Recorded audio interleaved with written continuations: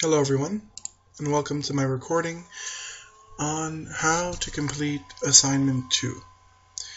So, seeing as it's very difficult for us at this time to get together and find a time when I can demonstrate how I solve the assignment, I figured I would make a video tutorial showing what I've done and how I got to the solution. So this should help in terms of understanding how to complete the assignment so that hopefully you guys can do it on your own and you'll be more understanding of what needs to be done should any of this material appear on the midterm. So first and foremost, before we start, I just want to note that in order to solve this assignment, we need an add-in. We need the Excel data analysis add-in. Now this doesn't come with Excel. You need to get it by going here to Excel options. In the add-in section, you're going to want to look for Analysis Toolpak. You're going to want to add that add-in to your list of add-ins, basically, so that you can actually run regressions and solve the assignment. Having said that, let's get ourselves started on the actual material for solving the assignment. So first and foremost, this assignment includes two different sets of data. There's OD survey and there's NHS. So this is essentially census data that's been provided to us for the region of Montreal, and this is data from the essentially travel aspects of people in different areas in Montreal. I don't know the exact municipal sector, it's 108. I don't know which municipal area that corresponds to, but that's irrelevant. Essentially, we're going to be manipulating this data and answering the relevant questions. Before we get to that, I just want to make a note, make sure it's clear that we know exactly what each piece of data means in this. So first and foremost, there's EPAD or IPAIR. This is just a code, okay? This code is unique for each line in the data. Each line in the data representing some sort of information about a trip. Okay, there's M numero. This is the household number. Okay, so this number corresponds to a unique household. Each household has its ID, each household has its code. We have M début. This is specifically there to tell us when we're dealing with a new household. So essentially, we have three entries here for household number 204. So this tells us that we've reached a new household. So when we need to select data from a household, in order not to duplicate that or take that 2 or 3 times because the household appears 2 or 3 times, we'll filter it out to only take the data with the T, because each household only has one unique T in it, and that's assigned once for each household. We have MFEXP. This is the weight of the household. Okay. We have M-Auto. That's the number of vehicles in the household. So for example, if I asked you how many vehicles household 1 has, well, household 1 or household 204 has 1 vehicle. But if we were to actually add the vehicles for household 1, we would get 3 in error. That's why we have M début here, to make sure we don't count things 3 times for household 1. M pers is essentially the number of people in the household. So this household has 1 person in it. M domsr, or DOMSR, that's the census tract of the household. So you can consider it like a zone. M-DOMS-M, that's the municipal tract of the household. So it's like a zone as well, but essentially in this data, all the houses are in the municipal sector 108. The only thing that changes is a census tract for the households. We have P-FEXP, so like M-FEXP, this is the weight, but it's the weight of the person, not the home. We have P-sex, that's the sex of the person, where 1 corresponds to male and 2 corresponds to female. We have P-age, so this corresponds to the age of the person making the trip. P-statut, I actually don't remember, but it's all here in the legend. This is the employment status. So 1 corresponds to full-time worker, 2 corresponds to part-time worker, 3 for student, 4 for retired, 5 for other, 6 for child under 5, 7 for at home, so someone who works from home, and 8 for no response. We have P permis. This is essentially a code corresponding to whether or not the person has a driver's license. It's not just yes or no, there are different categories. So 1 yes, 2 no, 3 don't know, 4 no response, or 5 not applicable, less than 16 years old. We have P mobile. So P mobile corresponds to the person's mobility. 1 means yes, they made at least 1 trip. 2 means they did not travel. 3 means not applicable, it's a child under 5. 4, we don't know. 5, no response. Or 6, traveled, but the details of that trip are unknown. Because again, normally when we make these surveys, we're speaking to one person who then responds for everyone else in the household. P déplace. This is the most useless column here. It's very misleading. Essentially, it is the trip number for the person. So this is person 1's trip number 1. This is person 1's trip number 5. This is person 1's trip number 7. This is person 2's trip number 1, and so on. The reason why this column is useless, as you'll notice, it doesn't increase 1, 2, 3, 4, 5. It skips a few. And that's because the professor has filtered out all the trips that don't start at home. So this column is incomplete and we don't need to use it. Column P, D-H-R-E-D, this is heure de départ, the hour that they left. When did the trip start? For column Q, let me just verify this. It's not listed. Fortunately, we don't use it in any of our calculations. D motif, this is the purpose of their trip. Column R is the purpose of their trip. If we look here, we have number 1 for work, 2 for business meeting, 3 is on the road, 4 is school, 5 is shopping, 6 is leisure, 7 is visiting, 8 health, 9 drop off, 10 pick up, 11 return home, 12 for other, or 13 for unknown. Again, not to worry, we don't need to make sure we remember all of those details by heart. They'll come into play if we need them. Column S is somewhat important. It's D or O-R-I-S-R. This is the census tract of origin of the person. This is where the trip began, the zone where the trip began. Of course, it will match this one because all the trips in our survey began at home. This is the zone origin of the person. Again, it'll match the zone origin of the house because all the trips began at home. This is the destination census tract of the person. So this is the zone where they have reached their destination. This column here denotes the zone in terms of municipal destination, so the municipal code for the destination of their trip. This is the distance that they have traveled in order to reach their destination from their origin. This is a code specifying their origin right here. So of course, since they all started from home, everything here will be 1. This is more information about the mode of their trip, column Y. Column Z, essentially, is a summary of the trips done by that household. So essentially, the first household in our data set has done 3 trips. And as you can see, that does get repeated if the household has more than 1 line of data associated with it, which again goes back to why this is a very important column, because it makes sure that we don't count data 3 times. We're only going to count this data once because we're only going to filter out everything that has a T in it. These columns denote the number of residents in the household. So this column will tell us how many full-time employees live in the household. This column tells us how many part-time employees live in the household.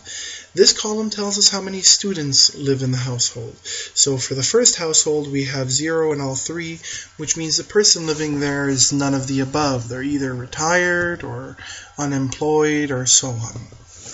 The next few columns are actually the exact same thing, but they're weighted. So column AD, this refers to weighted trips. So household trips is 3, but if you multiply 3 by the weight of the household, you will get the weighted trips for the household.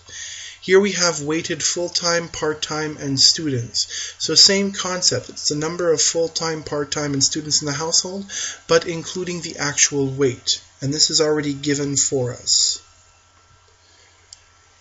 So now that we have an idea of the data, let's see if we can tackle the questions, shall we?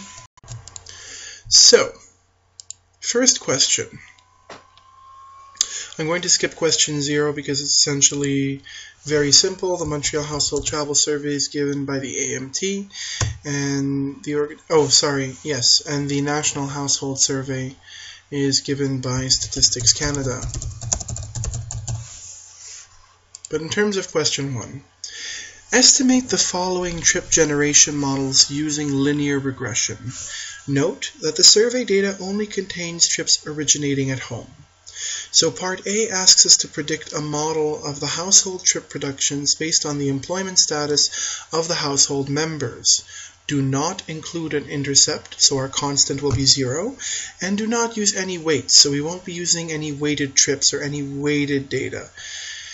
It's important here to note down exactly what they're asking for. So they want a model to predict household trip productions. So essentially we would have a data point for each house based on the employment status. So if we have a function generated by linear regression of y is equal to a plus bx, we know that we would have no a because they don't want an intercept, but we would definitely have 1, 2, and 3 x descriptive variables, and they would be predicting y, where y is household trips. So essentially, what we need to do is we need to look at our data here, and we realize that household trips is what we're predicting, so this would be our y, and our x values would be employment status, which have already been given here as full-time, part-time, and students. And of course they don't want us to use weighted values, so we would ignore these. Now this data is a bit messy. You see, we have household 1 logged here 3 times, household 2 is logged here once. So as I mentioned before, we need to filter out the duplicate entries, and we do that by making a pivot table. So I'm going to assume that you've not made a pivot table before, so we'll make one here for the first time, as though we're doing it for the first time. First and foremost, what I like to do, I can Control A to select all the data, but I do like to split my screen so that we can actually see all the data at once. So when you press split screen here, it gives you this little bar, and we can scroll all the way down to the bottom of our data while keeping our top page at the top, which at the very least I can select everything nice and neatly. So I want to select all of my data right here, and I'm going to go to Insert, Pivot Table.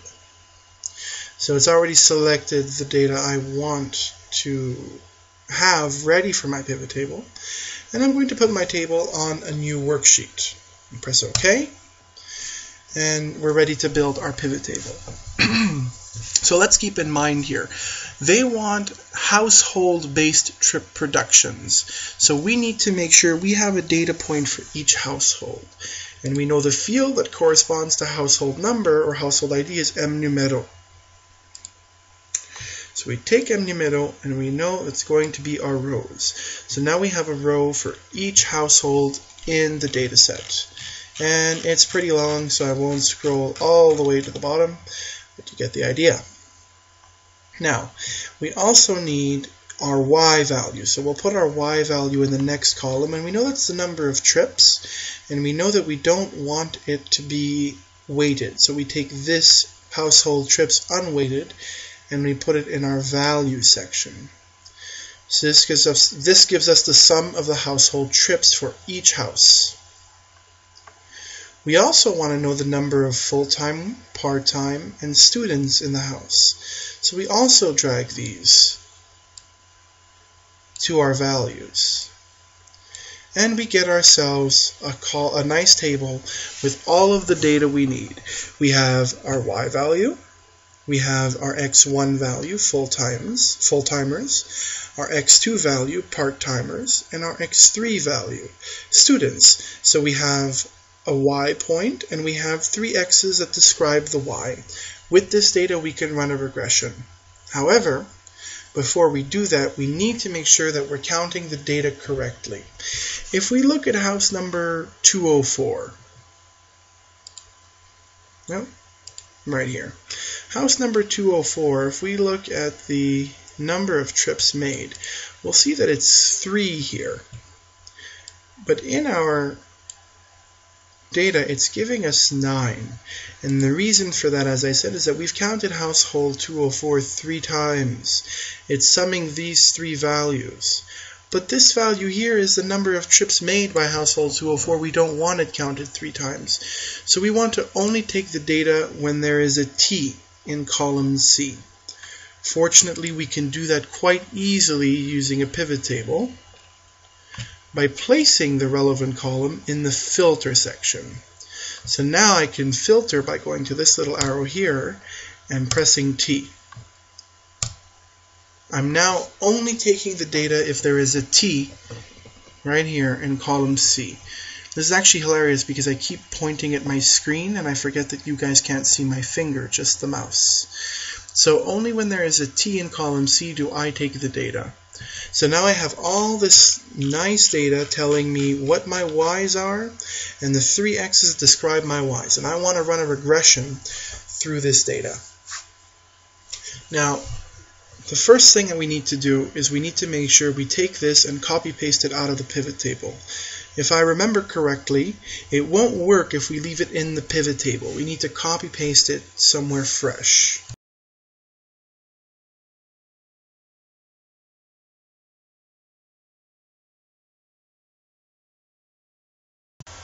Actually, forget what I just said. I paused the video capture and tested it. We don't need to do any copy pasting. We can actually use the pivot table directly to get our information. So at this point, it's up to you if you want to copy paste it or not. I prefer to copy paste it because then I don't need to make new pivot tables. I can just modify the pivot tables and get more data. But for the purposes of this assignment, we won't copy paste it. We'll just take the data directly. It'll be simpler. So as I mentioned, we want to run a linear regression with this data. So what we do is we go under the Data tab, we go to Data Analysis. Click Data Analysis and we say that we want to run a regression. Press OK. And it asks us to input our y and our x range. So for our y range, we put the y values of our data.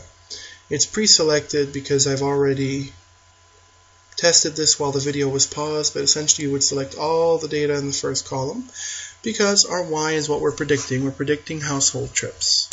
Once you've selected that, we click Enter, and we input our x range. Our x range here would be our descriptive variables, so x1, x2, x3, and we select them all.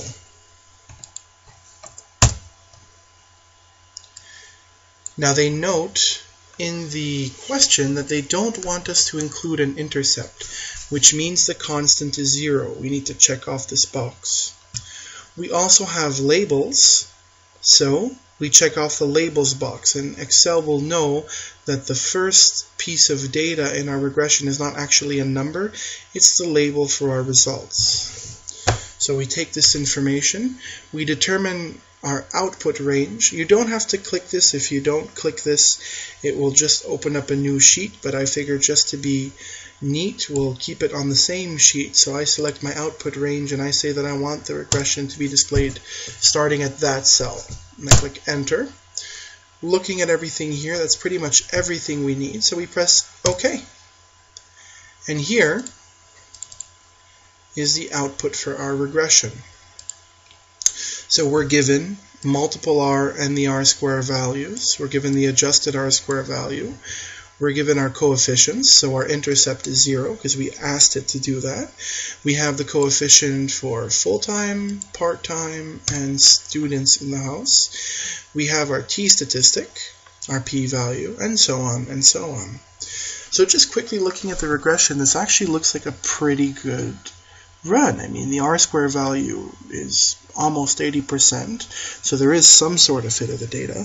And our t-values are very high, which means these are very good descriptors of the number of trips. And that makes sense. I mean, the more household members are part-time, full-time, or students, the more trips that household is likely to undergo, or more trips that household is likely to produce.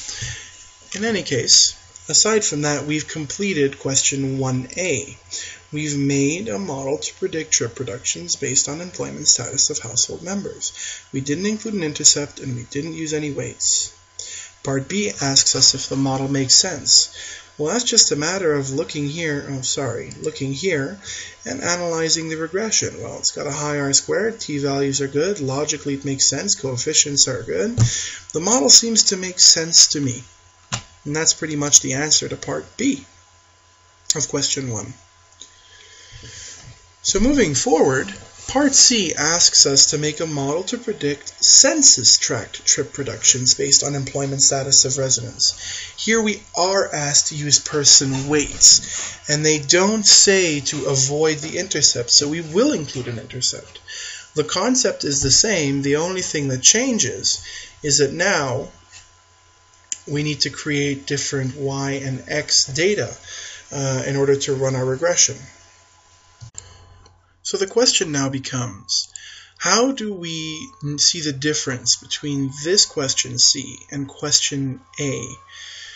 Well, mainly they want us to predict census tract trip productions instead of household trip productions. That's a big difference. So instead of a data point for each household, we would have a data point for each census tract. The descriptive variables don't change. It's still employment status of residents, but the main difference is that now we're using the weights of the people.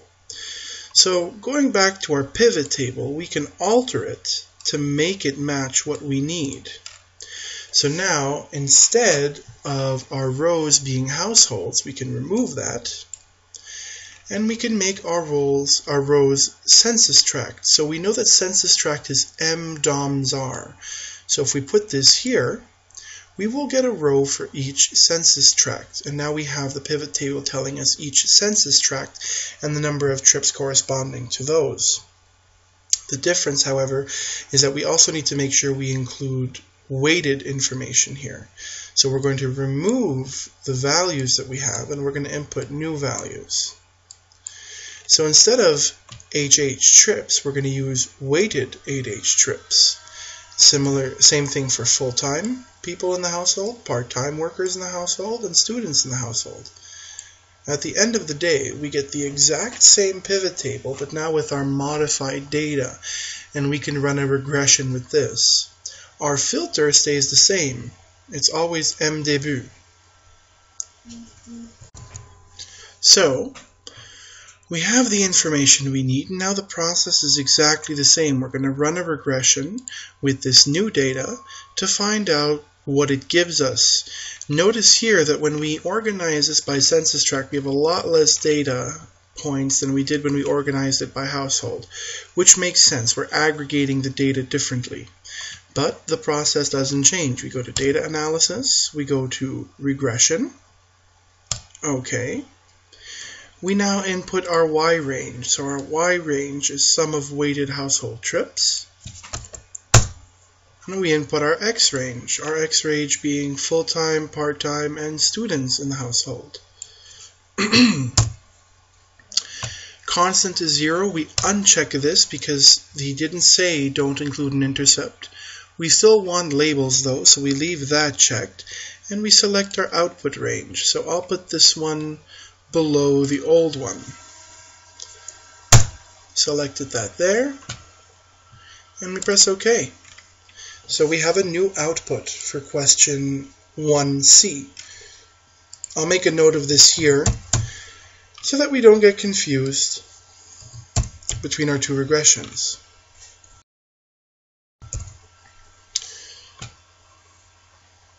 Just want to make sure the audio is still working. Yep. Forgive me again, it's the first time I'm using this software, so I just hope it's working. So if we look at this, our R-squared is really high. It's 97%.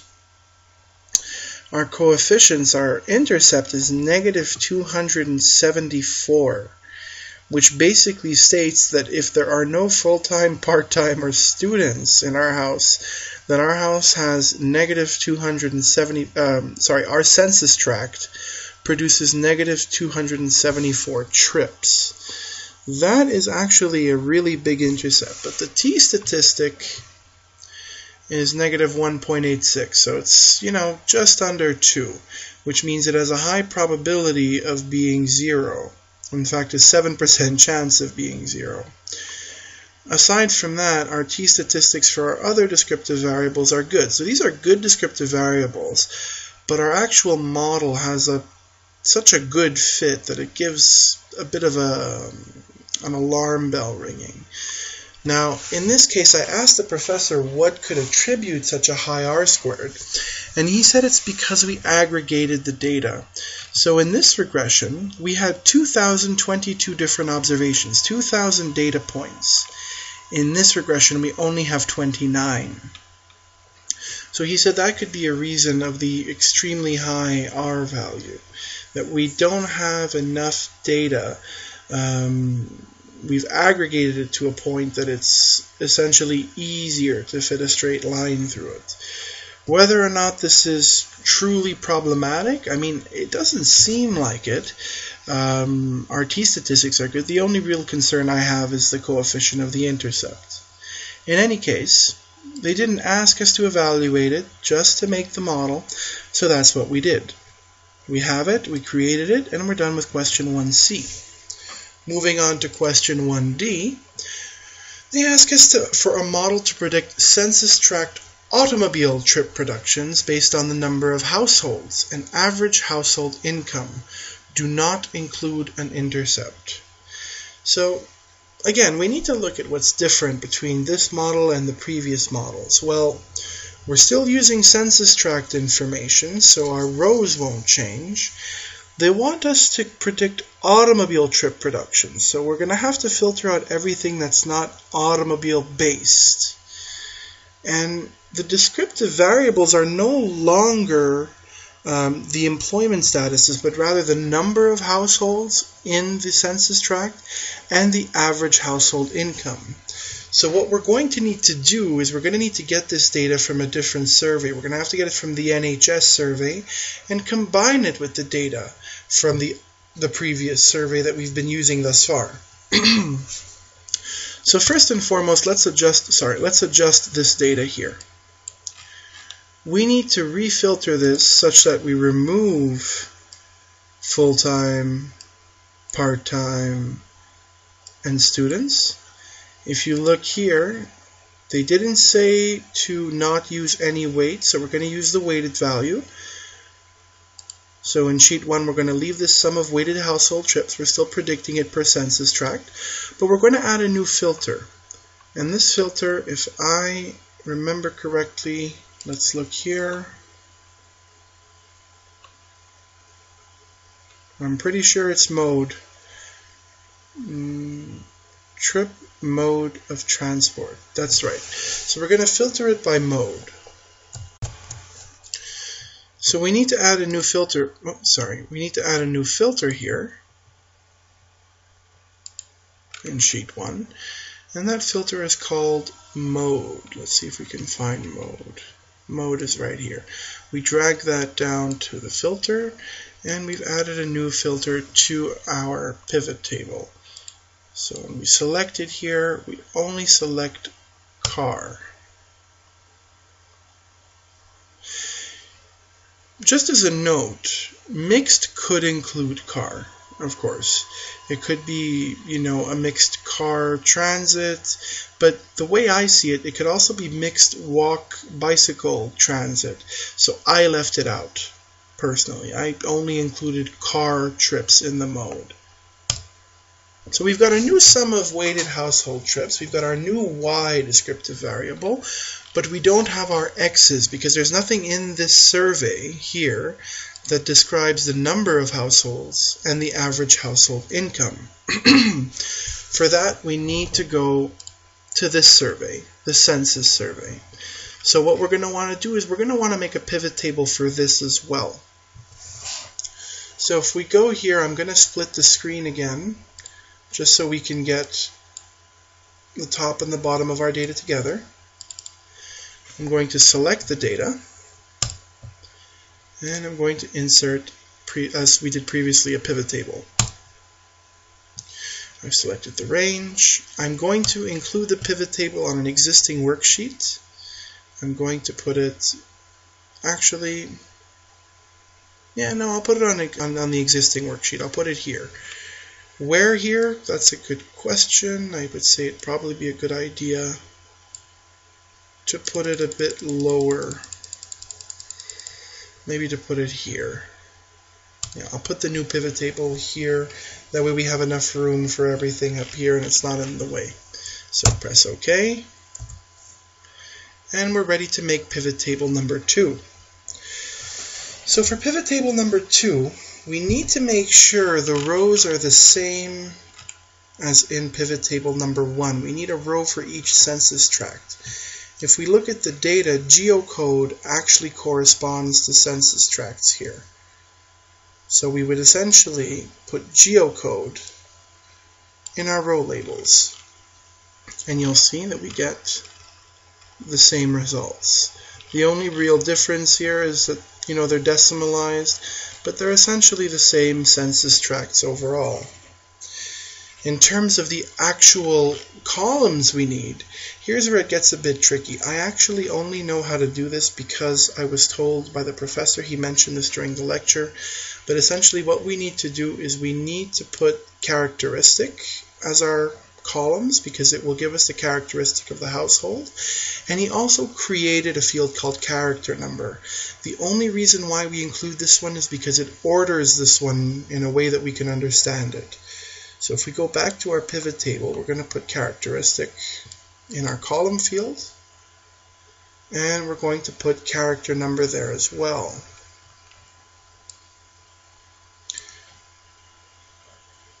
So what we see here is we have these gray subtotals that pop up for each character number. These are useless. They don't help us. So if we select here, right click, and we uncheck subtotal, it'll remove that. And we see the reason for character number is that it forces it to order in a coherent way. So here we have household income in 2010, and we have the number of households that make under 5,000, 5,000 to 10,000, 10,000 to 15,000, and so on. If we didn't have character number, it would just be in a random order. Well, a random order would be an alphabetical order, which doesn't necessarily make it a sensical order. We have 100,000, 125,000, then average after tax, then average household total. It doesn't make any sense. So we keep character number there just to make it coherent. It's a really long table, but we don't need many columns. We only need 2. In terms of what actually goes in here, what we're going to be using is totals, sum of totals. So what that gives us is the total number of households here corresponding to whatever data we need. So in this case, in census tract 4620264.01, we have 2,345 households, 55 of which made under 5,000, 45 of which made 5 to 10,000, and so on and so on. Now we actually don't need any of these columns. We don't need to know which ones made how much. They ask us in the question that they want us to make a model using average household income. So that's the column we're going to be looking for. So looking here, we have the breakdown all the way up to 6 figures. Then we have the after tax, same concept but after tax. Then we have household income in 2010 of private households. We have medium and we have average household income. So the column we're looking for is number 31. Column 29 and column 1 accomplish the same task. these are just the number of households in each census tract. So we can use either one, so I'll just use column 1 and column 31. So all we need to do is go to the little arrow icon here for column labels and filter out everything except column 1 and column 31. And now we've got the data we need. We've got the households in each census tract, and we've got the average household income in each census tract. So looking here, those are our two descriptive variables, number of households and average household income. And the automobile trip productions we got from our first pivot table, which is right up here. So let's run a regression with this data. Same concept as usual. We go to the Data tab, Data Analysis, select Regression, OK. We select our Y range, which has actually already been selected because it's the same Y range we used for the previous regression. Our X range we get from the second pivot table. It's number of households and average household income. Just as a note here, this name doesn't really describe it well, so I'm going to rename it before I run the regression.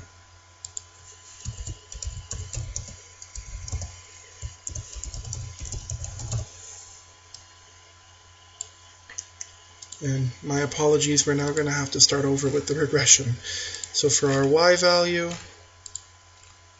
it's going to be weighted household trips.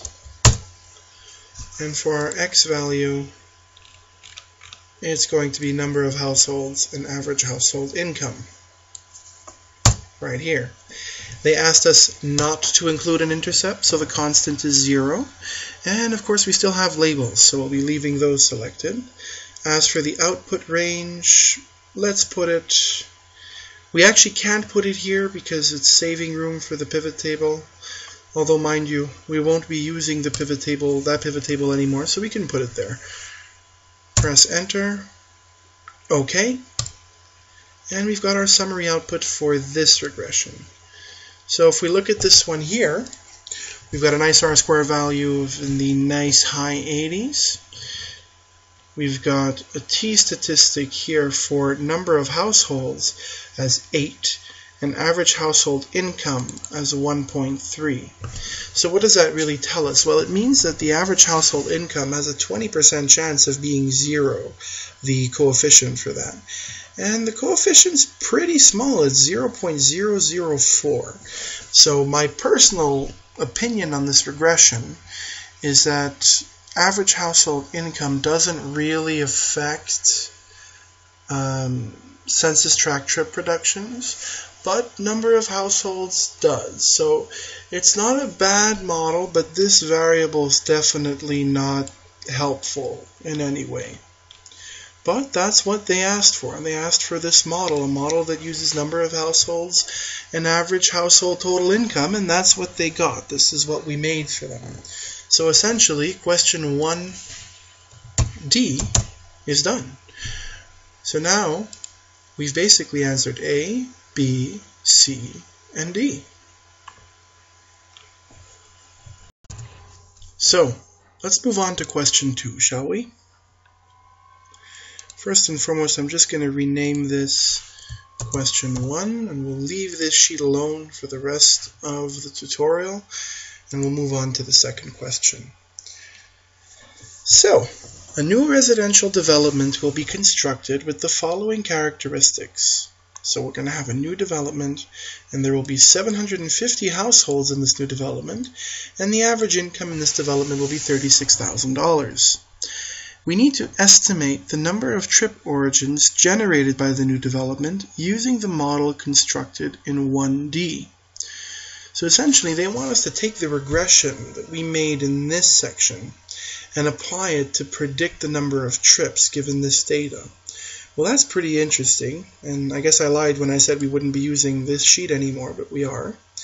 We need to go to the output of 1D and actually get the equation for the line. So knowing how an equation works, we know that number of trips equals, our coefficient is 0, so 0, we don't need to put the 0, plus 1.049, right, times the number of households,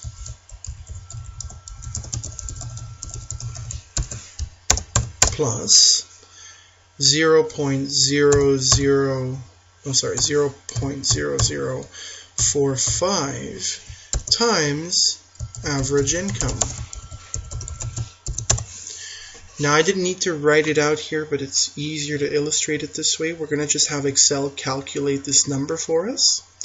So what we're going to do in the question section is we're going to answer this directly by putting equals number of households times, I'll put it in brackets, number of households times, in question 1 we have 1.049 as our coefficient, close bracket, plus, open bracket, this coefficient times, if we go back to our questions, the average income, close bracket. And the answer is 950.1475 trip origins generated. And that's essentially how we answer question 2a. In question 2b, they want us to construct a vector of existing destination volumes using census tracts as the zone system. So essentially what they want us to do is construct the vector of destinations. So the sum of DJs, essentially. They want us to get a vector of DJs. D for census tract 1, census tract 2, census tract 3, census tract 4, etc. So what we'll do to answer that question is we'll create a new pivot table using this data. So again, the process is the same. We go here, select the data, click Insert, Pivot Table. We're going to do it on a new worksheet. Press OK. We now have sheet 3. And what we need are the number of trips given a census tract. So personally, I like my DJs to be horizontal, because in an OD matrix the DJs normally are on the horizontal and the OIs on the vertical. But in this case, if we put each census tract on the horizontal, it would be very long. So I'm just going to suggest putting it as rows. And since this pivot table is for destination volumes, we're going to use destination census tracts, and there are many to deal with. So if we go to sheet 3, we select our pivot table. We know that DESSR, DESSR is our destination census tract. So you put this in our rows, and you can see it's quite long. It goes on for quite a bit. So these are our destination zones, and now we need to put in, pardon me, the number of trips whose destination are in this zone. So in this case, what I would be using would be, of course, weighted household trips. Sorry, just checking to make sure the recording's still working. So for weighted household trips, we have that already in our pivot table. We're going to put that in our values. And we get a destination vector. So from this, we see that 37.22 trips go to census tract 1, 001, etc. 19.93 trips to census tract 202, 258 trips to census tract 4, so on and so on and so on. We've distributed all our trips to the relevant census tracts. And there, as I said, there are many, about 500. And that's it. That's question 2B actually, 2A. We answered here. So now they say use the vector from 2B to distribute the origin volumes for the new development to their destinations. So let me just note here, these are our origin values. Let's keep these on our new sheet so we can refer to them easily. I'm just going to copy paste this here. Oh crap, okay, whatever. Equals this cell. There we go. So just as a reference, we need to distribute this many trips all over here. So this is a trip distribution problem. Now, the solution to this is actually quite simple. It wasn't exactly obvious at first. It took a few emails back and forth with the professor, as well as a few meetings with the TA to get the hang of what needs to be done here. But essentially, what they want us to do is proportionally distribute these 950 trips to these census tracts.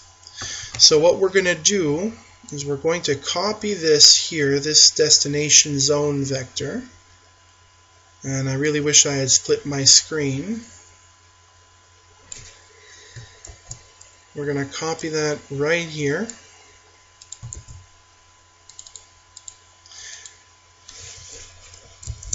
And we're going to distribute the trips. So how do we distribute the trips proportionally? Well, essentially the best way to go about that is to take the ratio of how many trips over the total went to each destination vector and apply that ratio to 950. And before we go any further, let me actually split my screen so that I don't have to keep scrolling up and down.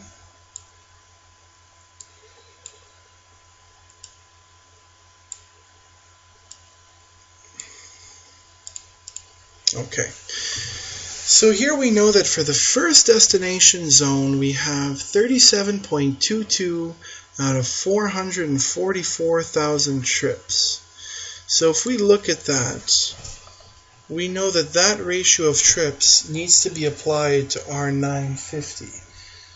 Now that's just simple mathematics essentially in terms of applying what we know to get that in terms of applying what we know about the ratio in order to get the distribution of trips. Sorry about that, there was a small technical difficulty, a small pause in the video. But just to recap what I was saying, we're going to distribute those 950 trips proportionally across all the destination vectors. So the way to do that again is quite simple. We have equals here, so we do 950 trips times the ratio of actual trips over the grand total.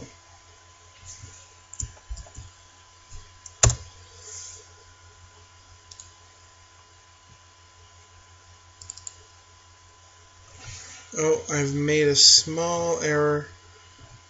The first row works, however,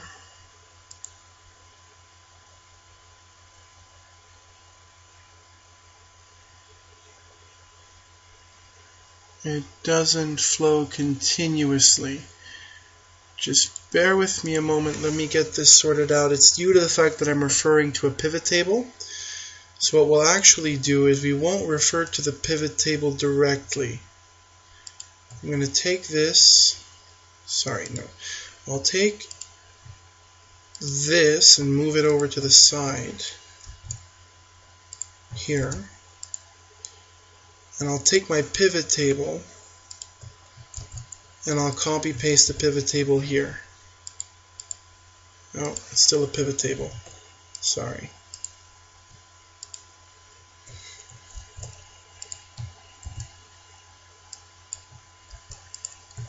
So essentially what I'm doing here is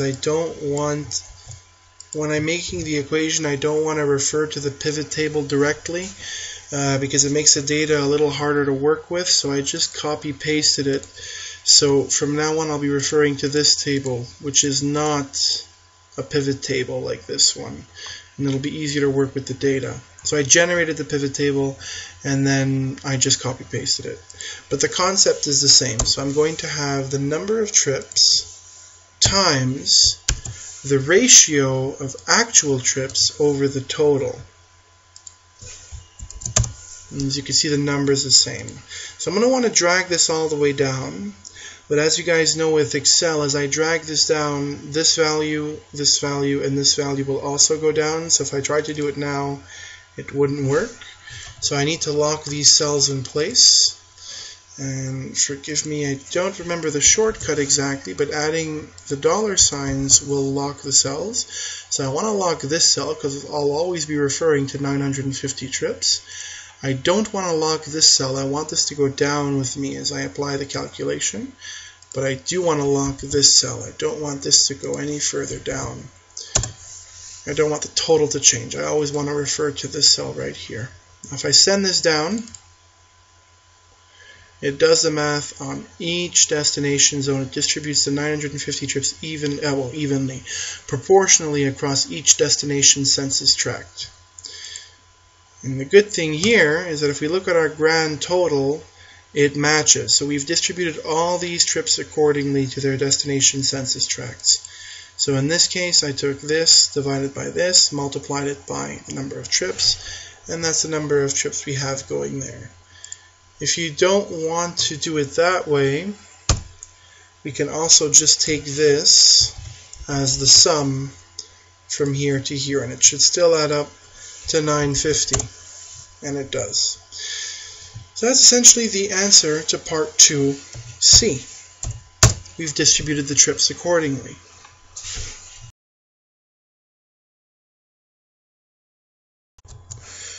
Alright, so now that we're done, I'm going to rename the sheet. Oh, let me just get rid of the screen. I'm going to rename this question 2. And we're going to move on to question 3. So question 3 states, generate the following graphics for trips originating at home. So all our trips in the data set originate at home, so we don't really have to worry too much about that. In terms of part A, they want a graphic showing mode share as a function of trip distance for all trips in the data set. So what we need to do here is we need to recreate this exact graphic.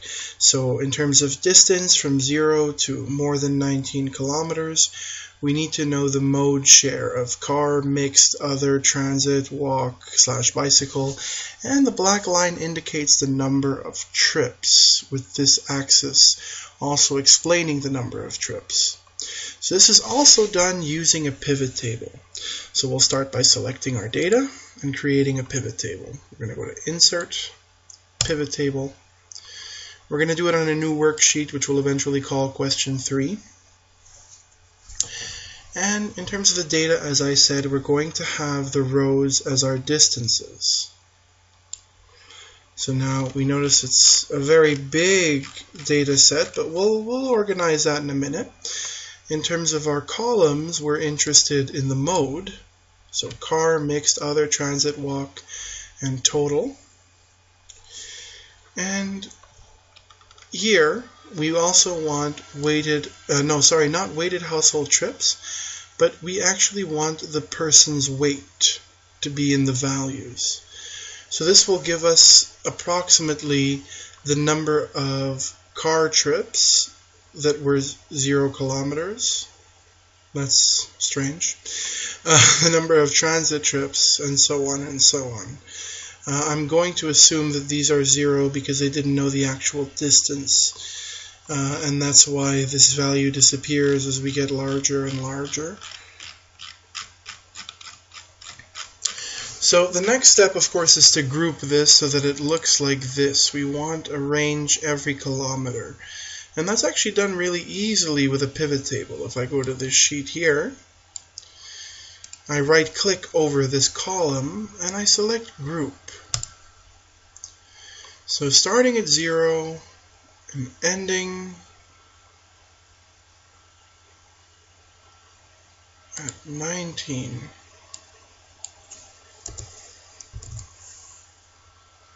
You want to group them by 1. Now, does that look like what we have here? It does. 0 to 1, 1 to 2, 2 to 3, etc. And we have the number of trips. Once again, forgive me, we had some technical difficulties, but Well, the finished product, you shouldn't even notice that there was a long pause there, but in any case there was. We can move on now and actually make the graph that they're asking for in question 3a.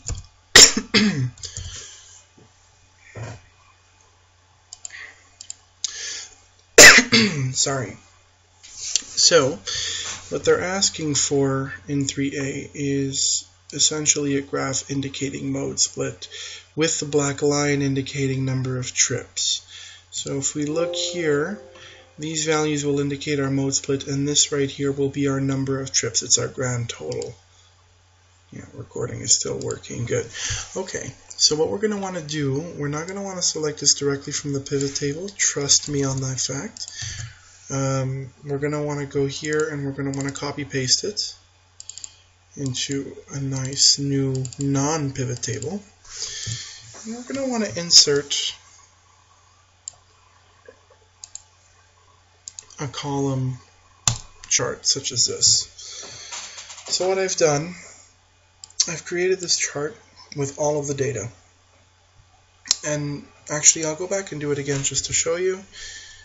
I selected all the data, I went to column, and I selected this one right here. Okay? It's important to note that you use the 100% stacked column versus the regular stacked column, because that's the one that's going to give you the results you want.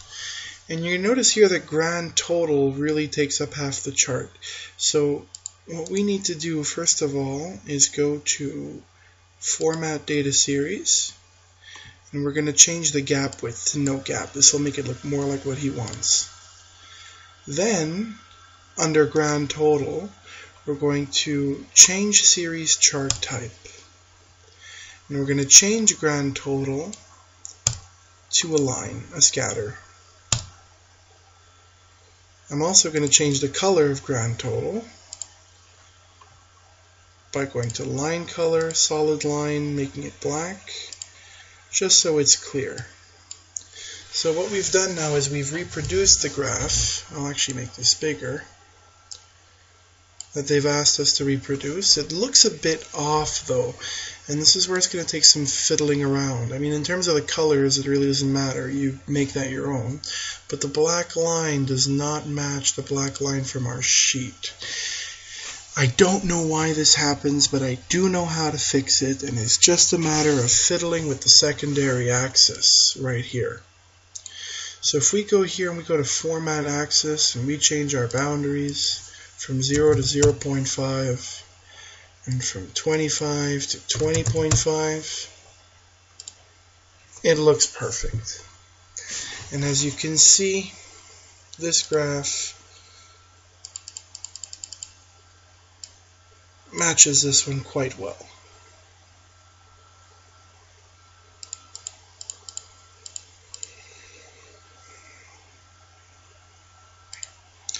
And that's it. That's it for the first question. Now we need to do the same thing. And of course, you know, at that point it's just a matter of playing with it, making it look your own, making it look clean, changing your colors as you wish, and just, you know, adding a title, adding the data labels, and making it look good. But that's more or less how you make the graph. They're asking here, what is the mode share of public transportation for this population? Well, the mode share for this population is actually found quite simply from getting the ratio of people that use public transit versus the total population that have made trips. So if we go back to our sheet here, it's the total transit users over the total users altogether. And that's also done very simply with a nice little formula here and little equation here. So we go equals transit total over grand total, and the mode share is 0.27, so about 27%. And of course, if you want to display that in percentages, you just multiply it by 100. Part B states that they want an identical graphic, but this graphic they want for trips made by people without driver's licenses. So if the graphic's identical, it shouldn't be too difficult to make it. We just need to filter out a few more details. So going back to our sheet here, you know what, I'll actually move this down here. They still want this information, but they want to filter out people with no driver's license. So that would be P permis.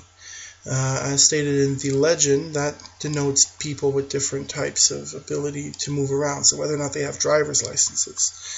If we look at the actual description for P permis, 1 is yes for possession, 2 is no, 3 don't know, 4 no response, 5 not applicable, less than 16 years old. So my logic states that we would include, when we include people with no driver's license, we include number 2, people who said no.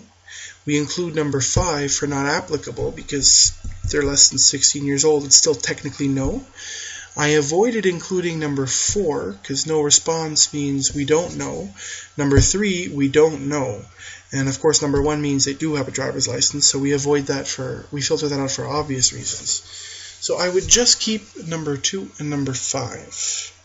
So in the filter here, I'd go select multiple items, number 2 and number 5. It's not magic, it's because I practiced this before I started recording, that's why it automatically filtered it. And we get our new answer here. So this is number of trips for people with no driver's license, and essentially we do the same thing.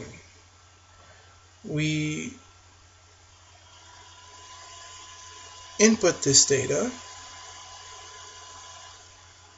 and make a graph out of it. And this is done quite simply with the copy pasting and inserting the bar chart essentially.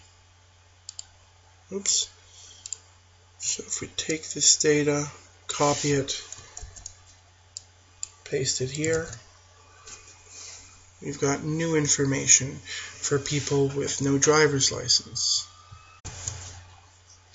And aside from that, the process is essentially the same.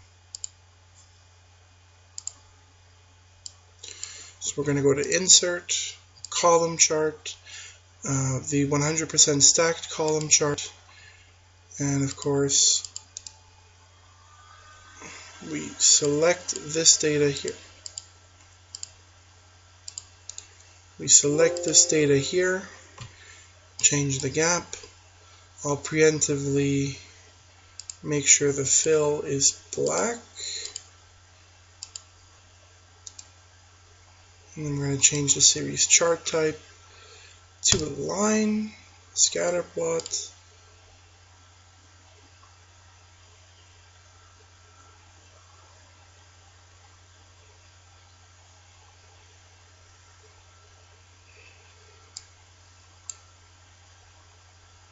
And it doesn't look so good, and I know why. We're going to have to start over. I selected the grand totals. I wasn't supposed to. My mistake. We're going to restart this and do it again. Column chart, 100% stacked. Format this, remove the gap. Change the chart type to a line. Looks a lot better now, but I forgot to change the color. So format data series, line color, solid line, black. And again, it's just a matter of fiddling with this axis to make it line up a little better. So we change this to 0.5 and 20.5.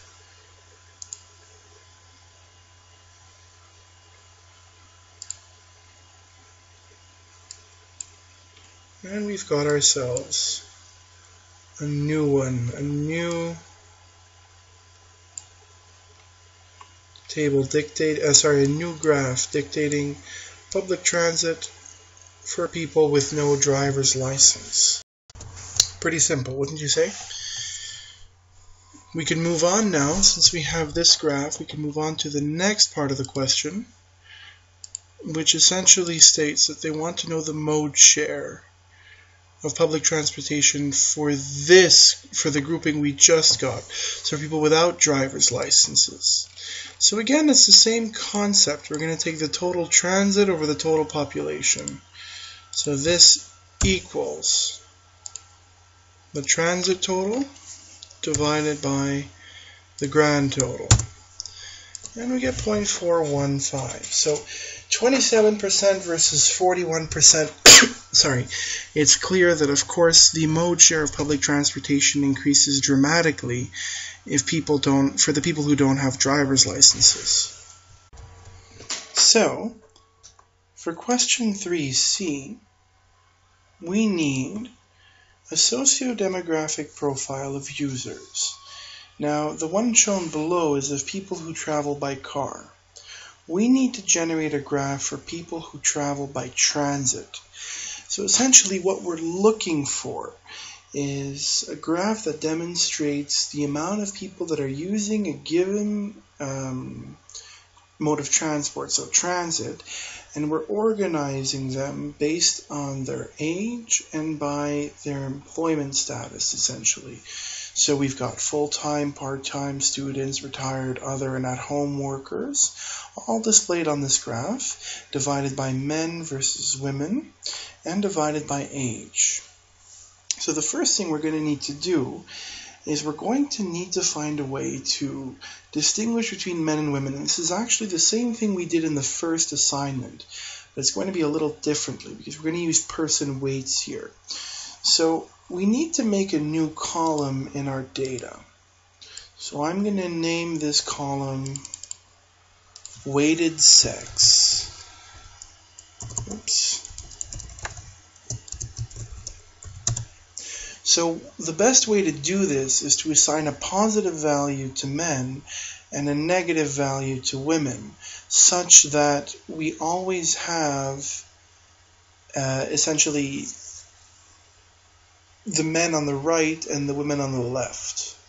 So we're going to do this using an if statement like we did in the previous assignment. So what we need to do is we need to ask ourselves if, where's the sex column? If sex equals 1, we have a male. So we're going to take the male weight, PFEXP, and we're going to put it in that column. If sex equals 2, we're going to take the negative of that weight and put it in that column. So I'll write the if statement that does that right now. So, equals if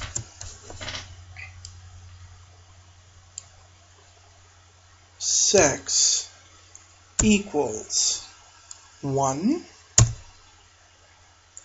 comma, now we put the value if true. If sex equals 1, give me the person's weight, comma, otherwise, give me -1 times the person's weight. And that is our if statement. We display that all across the board, and we get positive weights for men and negative weights for women, such that we can make our graph. We now take this data, all of it here, and we make a pivot table with it. We'll put this pivot table on an existing worksheet. We'll put it on the same worksheet we've been working with. So I'll put it here. Here's fine. Okay. So we know that we want the socio-demographic profile to be organized by age. So we're going to put age in the column, in the row labels, and we're going to group it every 5 years so that it looks exactly like what we have in the question. 5 to 9, 15 to 19, 25 to 29, and so on.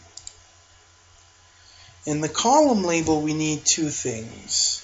First, we need a way to distinguish the type of person they are, and that's where P-Statsu comes in. So when we put this here, we have 1, 2, 3, 4, 5, 7, 8, corresponding to full-time, part-time, student, retired, other. Child under 5 isn't there because none of them are in the survey. 7 at home and 8 no response. And I believe we don't need to include 8. I'm just going to pause the video and confirm.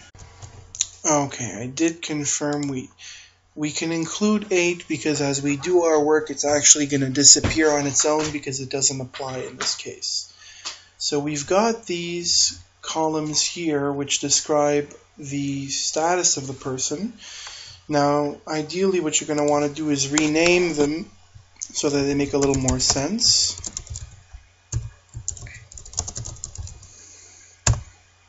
Full-time, part-time, student, retired, other, at home. Student, retired, other, at home.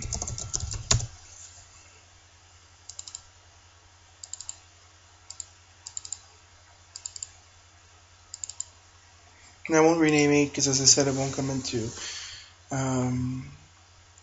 into play here.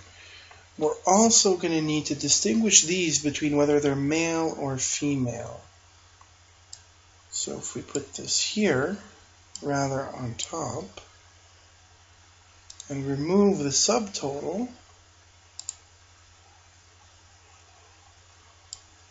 sorry, that's better.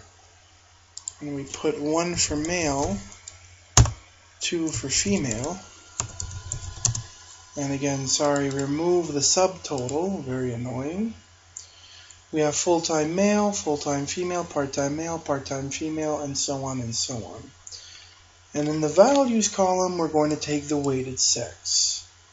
So it makes sense, of course, in the male column we'll only have positive numbers, in the female column we will have negative numbers, and so on and so on. And as you can see when we do this, column 8 is still there. And the reason why it's still there is because we still need some filtering that we need to do. So what did they ask us here?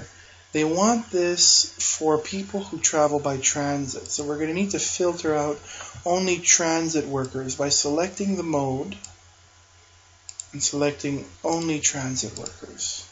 And now column 8 has disappeared and we have our socio-demographic information so that we can make our graph.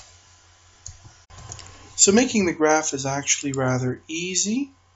All we need to do is select the data right here and insert a horizontal bar graph. So if we go here, select the data, insert bar graph, select this one here, stacked, it's not a weighted graph, we get this result. And then it's just a matter again of playing with it. So we'd select here, format data series, remove the gap, and we get more or less a graph that represents transit usage. It looks similar to this one but a bit different. As you can see, there's a higher percentage of transit users in the population that are under 16 as opposed to car users. It's much higher here. And then, of course, it's important to play with the colors, make sure that the full-timers, male and female, are the same color. Same for part-time students, retired, other, and at-home workers. And, add the title of your graph, clean up your axis, make sure everything looks clean. But aside from that, the question has been answered. The only other thing, again, thank you, Joseph, for showing me. I actually didn't know this. We actually have negative values here. If you look here, there's still positive values. There's a way to clean that up, to remove the negative signs. If you go to Format Axis and Number, you can define here how a negative number is displayed. So if you select this one, but remove the red code, press Add. Oh no, hold on. Remove the red code but nothing else, and press Add, you'll have fixed it. And that's essentially your graph. Now you've got your 3 graphs.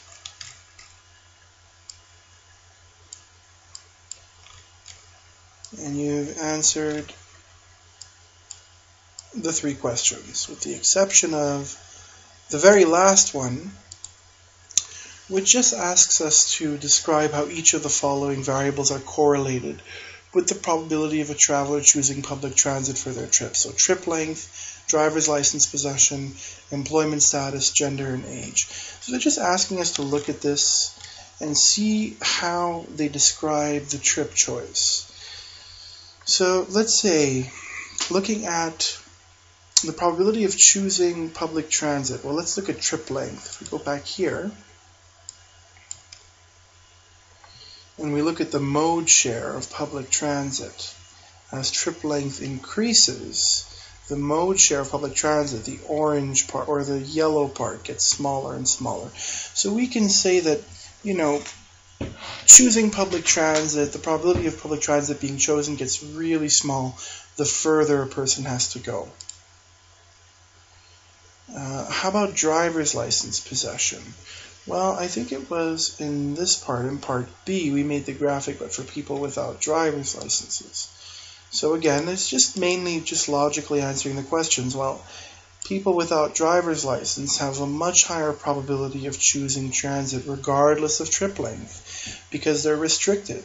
Car is still a factor, but it's a much smaller factor because if they're taking a car, then they're probably riding as passengers. Employment status, gender, and age. Well, this all comes from part C. So if we go here and look at public transit users, again, we more or less know that students, both male and female, are much more likely to choose public transit. Younger people are much more likely to choose public transit. And I would say the distribution in terms of age seems more or less the same, except we have much more elderly women choosing public transit than elderly men.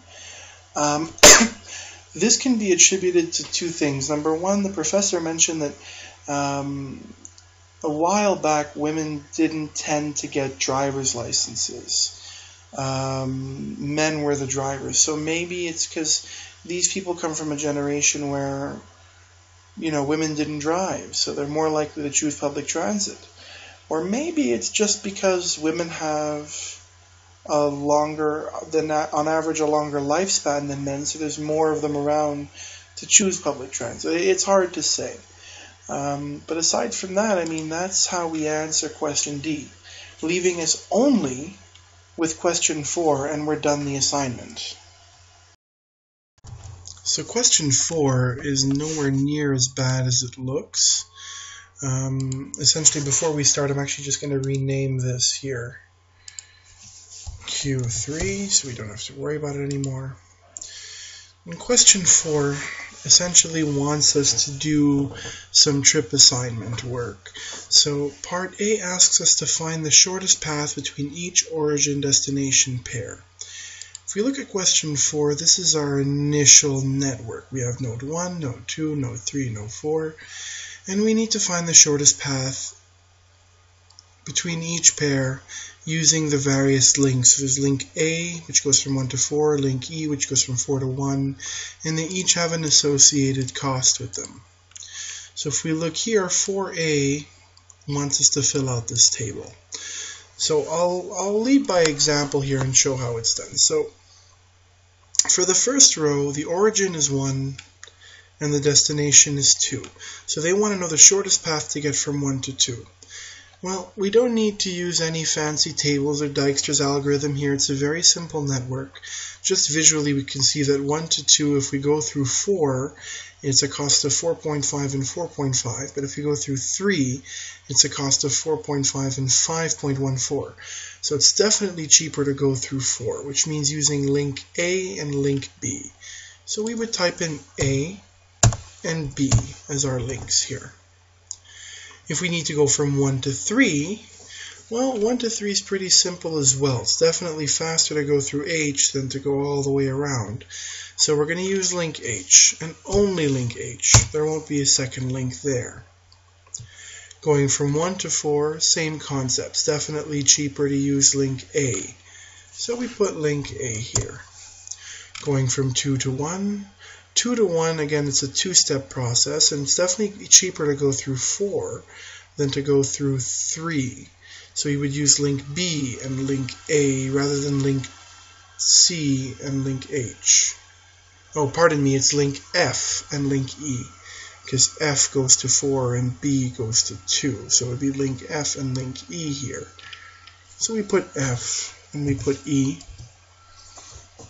How about going from 2 to 3? Well, going from 2 to 3 is simple. It's definitely link C that's the best. Link 2 to 4, same thing, definitely link F. How about 3 to 1? Well, 3 to 1 we're going to want to use link D. 3 to 2?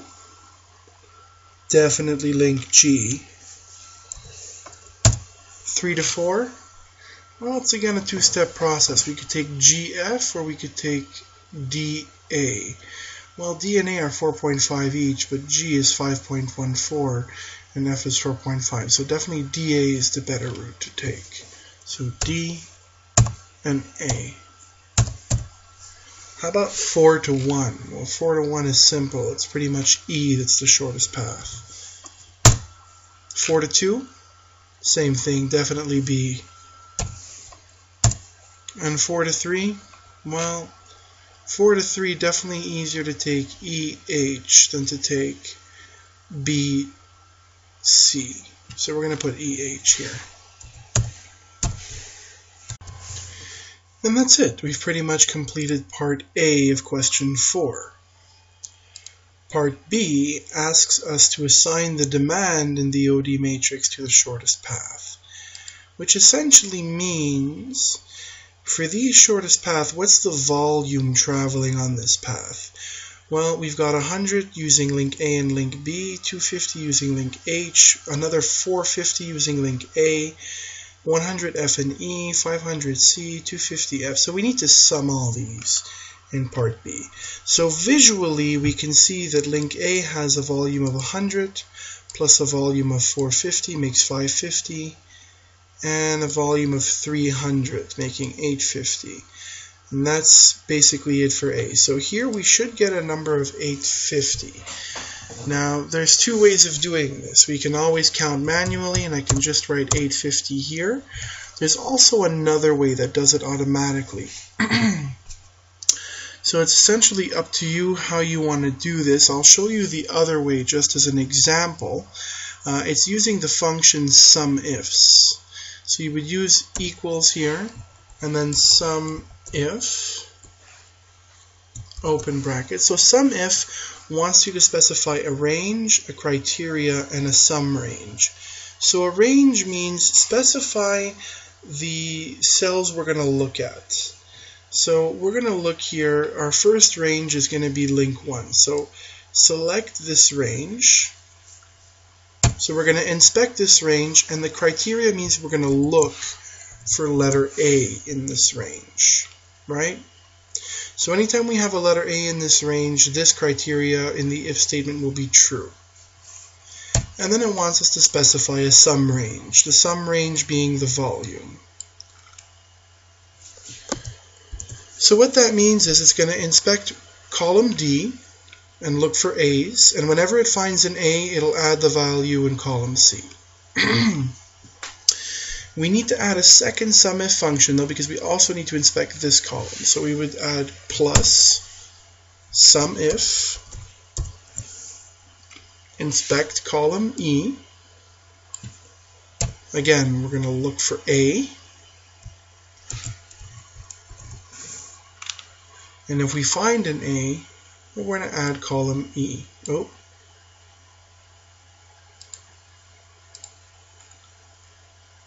If we find an A, comma, we're going to add column C. And that's done, and look, the result is 850. So if I apply this across all of the rows, here I would just need to change my A to B, and I would get 250. Does that make sense? Well, we've got 100 here for B, and we've got 250 here for B. No, it doesn't work. Well, what's wrong with it? Oh, I see what's wrong with it here. We've selected the wrong row. We need to adjust it here. So we need to make sure these constants stay the same. So let me just fix that and I'll get right back to you guys. Alright, so I fixed it here, and as you can see what I did was I added the dollar signs here, which means it's going to freeze the range, so no matter what I do it'll always check this range. Now if I extend it, I just need to update this here, A, B, C, D, and so on. So here we obviously inspected link A. Here we're going to inspect the volumes on link B. And we get a value of 350, which is correct. Next we're going to inspect link C and link D. And link E, link F, link G,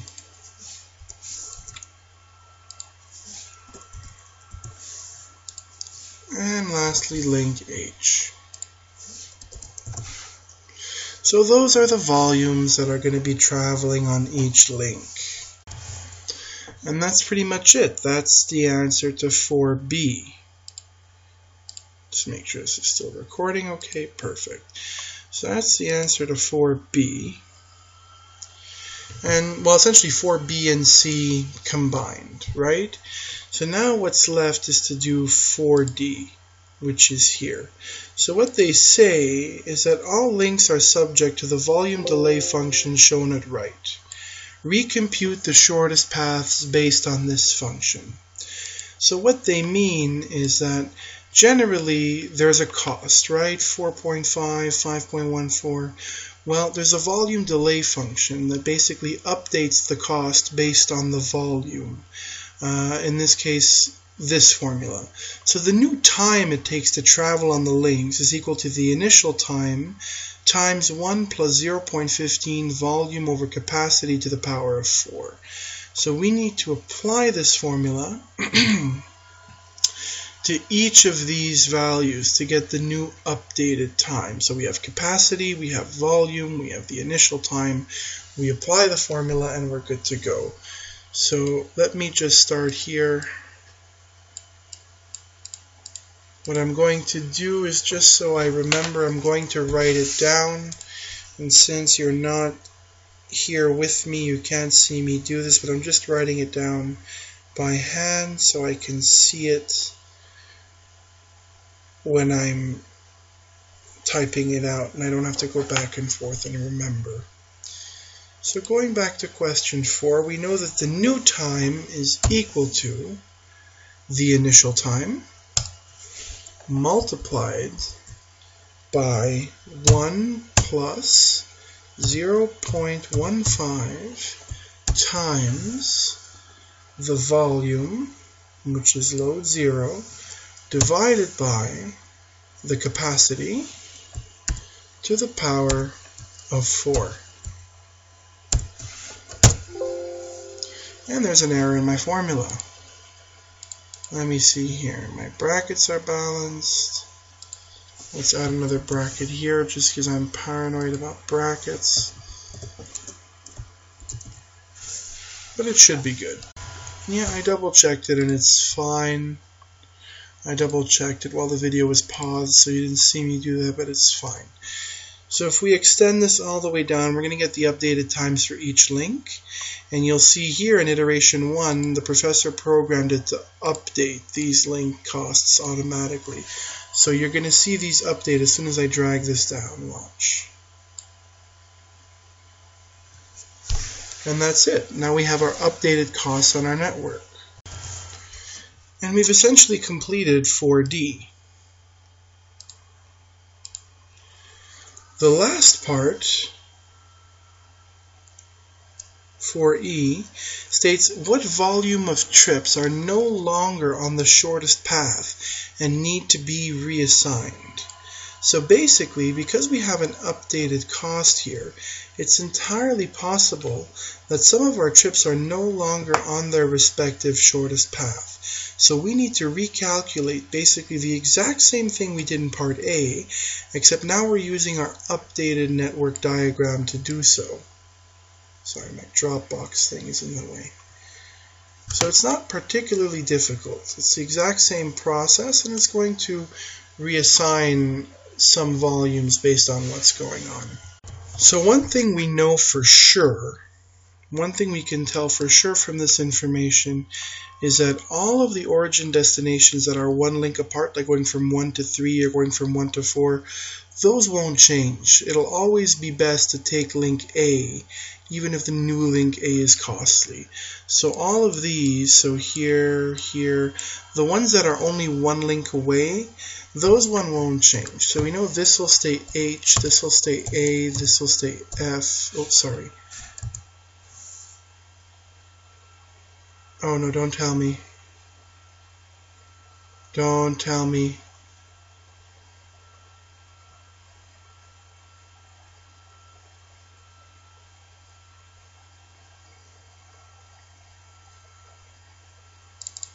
Let's see.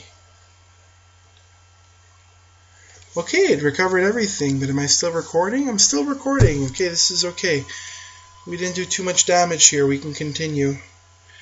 That's a relief. Let me save this right away.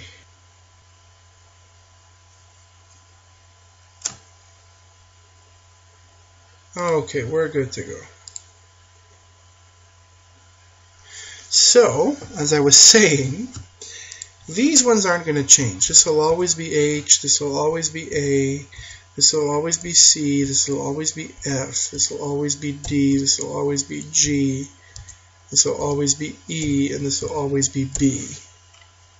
Because these ones are just one link away from their origin destination. There's no way it's going to be cheaper to go around. Of course, that's not always obvious, but trust me, on this one it is obvious in this problem. So we need to reevaluate these ones. Are they still on the shortest path? Well, let's look at origin going from 1 to 2. Previously, it was better to go AB.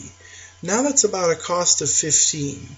If we go HG instead, we're going to be at around 10. So this is going to change to HG. How about here, going from 2 to 1? It used to be cheaper to do FE. Well, 2 to 1, FE, again, it's about a cost of 15. Now it's cheaper to do CD, which is about a cost of 10. So we're going to update this to CD. And how about here, 3 to 4? Well, 3 to 4 used to be DA, but now if we look at DA, it's again about 15. We'd better take GF.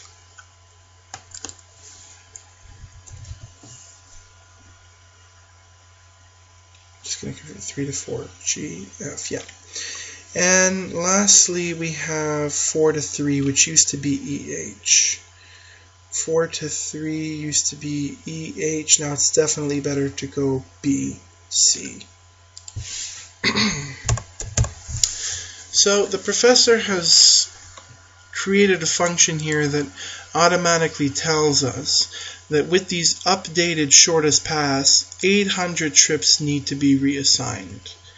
And that's essentially the answer to our problem. So when he asks here what volume of trips are no longer on the shortest path and need to be reassigned, well, it's equal to 800. And that's it. We're done the assignment. Because essentially what this did was, if this path is different from this path, it notes down that we need to reassign the volume on that path. So we needed to reassign this one, this one, this one, and this one, which amounts to 800 trips, 800 vehicles being reassigned. And that's it. That's the answer to the assignment. That's how to complete this assignment in a simple 94-minute tutorial. If you have any questions, of course, let me know. You know how to reach me by phone and by email, and, you know, all goes well, maybe we can all meet in person again before the midterm. If not, Godspeed to you all.